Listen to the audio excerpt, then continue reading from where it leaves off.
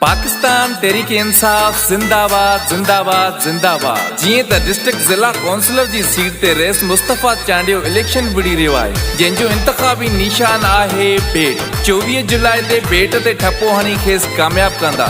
Race Mustafa Chandio जी कामयाबी अवां दोस्तन जी कामयाबी पारां शहबाज खट्टी, लतीफ शाह बुखारी, शानवाज खट्टी, शहजाद चांडियो, शकील आगरो ऐं यूसी खान जी बाशऊर आवाम।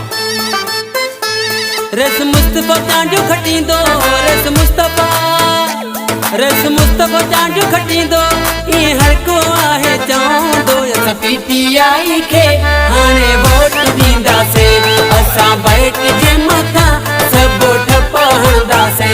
रेस मुस्तफा चांडियो खटींदो, रेस मुस्तफा चांडियो खटींदो। ये हर को आहे चवंदो असां पीटीआई खे हाणे वोट ॾींदासे, असां बैट जे मथां सभु ठप हणंदासे। असां पीटीआई खे हाणे वोट ॾींदासे।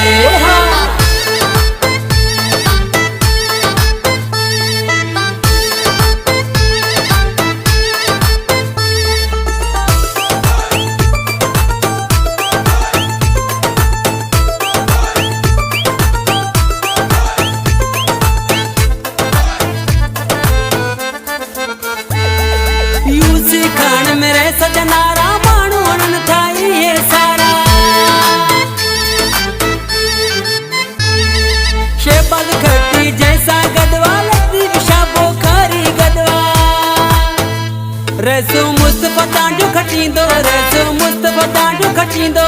ये हर को आहे चवंदो असां पीटीआई खे हाणे वोट ॾींदासे, असां बैट जे मथां सभु ठप हणंदासे। असां पीटीआई खे हाणे वोट ॾींदासे।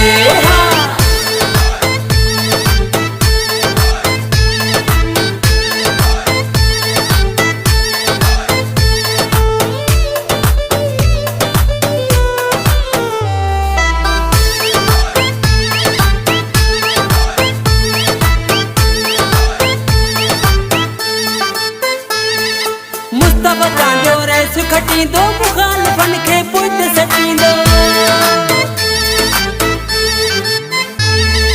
मुस्तफा चांडियो रेस खटींदो, मुखालिफन खे पुठ सटींदो। रेस मुस्तफा चांडियो खटींदो, रेस मुस्तफा चांडियो खटींदो। ये हर को आहे चवंदो असां पीटीआई खे हाणे वोट ॾींदासे, असां बैट जे मथां सभु ठप हणंदासे। असां पीटीआई खे हाणे वोट ॾींदासे।